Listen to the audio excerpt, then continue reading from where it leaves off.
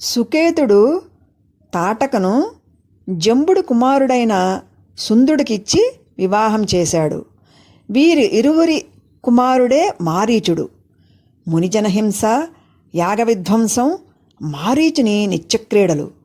ఒకనాడు సుందుడు అగస్త్య మహర్షి శాపానికి ప్రాణాలు కోల్పోగా ఈ వార్త తెలిసిన తాటక ప్రతీకారేచ్ఛతో భయంకర రూపం దాల్చి అగస్త్య మహర్షిని చంపబోతే ఆ బ్రహ్మర్షి కోపించి, "నువ్వు ఈ రూపంతోనే జీవించు" అని శపించాడు.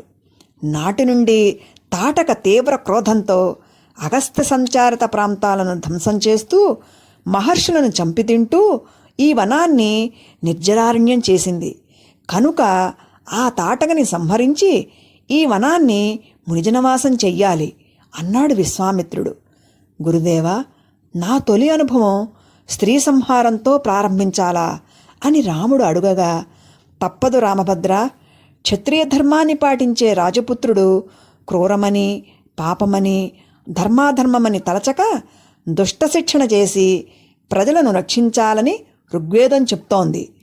ధర్మరక్షణ కోసం అధర్మం ఆచరించినా ధర్మసమ్మతమే అని శృతివాక్యం. ఇది సనాతన క్షత్రియ ధర్మం. ఆ ధర్మాన్ని నీవు పాటించాలి అన్నాడు విశ్వామిత్రుడు. రాముని ముఖంలో అసంతృప్తి. అది గ్రహించిన విశ్వామిత్రుడు, రామభద్ర, పూర్వం భూదేవిని చంపటానికి సిద్ధపడ్డ విరోచనుని కుమార్తె మందరను దేవేంద్రుడు సంహరించాడు. మహేంద్ర సంహారానికి పూనుకున్న భృగుపత్నిని శ్రీ మహావిష్ణువు సంహరించాడు.